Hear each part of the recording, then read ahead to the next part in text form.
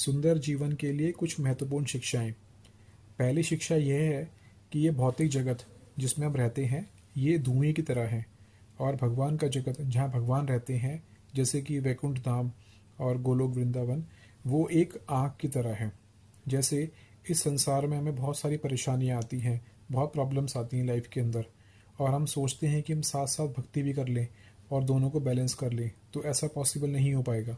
हमें अपनी भक्ति को स्ट्रॉन्ग करना है, भक्ति में हमें आगे बढ़ना है, जिससे ऑटोमेटिकली अगर हमारी भक्ति स्ट्रॉन्ग होती है तो हमारी भौतिक प्रॉब्लम्स, जितनी भी हमारी प्रॉब्लम्स होती हैं, जितनी भी परेशानियाँ हमें लाइफ में आती हैं, वो ऑटोमेटिकली ठीक हो जाती हैं।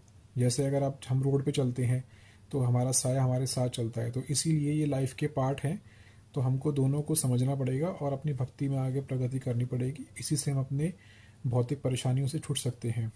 दूसरा, हम कुछ भी हमें इस संसार में छोड़ना नहीं है, हमें कुछ भी छोड़ना नहीं है और हमें कुछ भोगना भी नहीं है।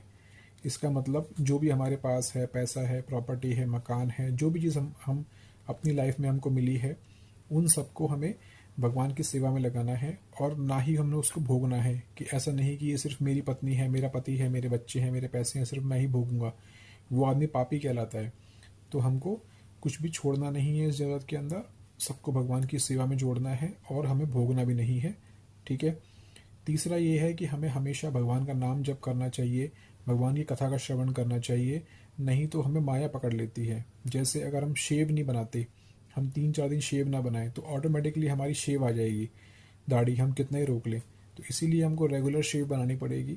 जब भी आपको दिन सही लगता है हम शेव बनाते हैं, उसी प्रकार अगर हम रेगुलर भगवान का नाम जप नहीं करते हैं, और इस कलयुग के अंदर सबसे अच्छा प्रमाणिक नाम जो है वो है हरे कृष्ण कृष्ण कृष्ण हरे हरे, हरे राम राम राम हरे हरे।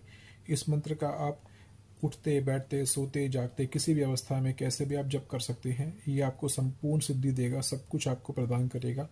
तो हमें भगवान का नाम जप करना चाहिए और भगवान के भक्तों से उनकी कथा सुननी चाहिए, स्पेशली जो उनके प्रमाणिक भक्त होते हैं। तो हमें भगवान श्री कृष्ण और श्रीमती राधा रानी के बारे में कथा सुननी चाहिए प्रमाणिक भक्तों से।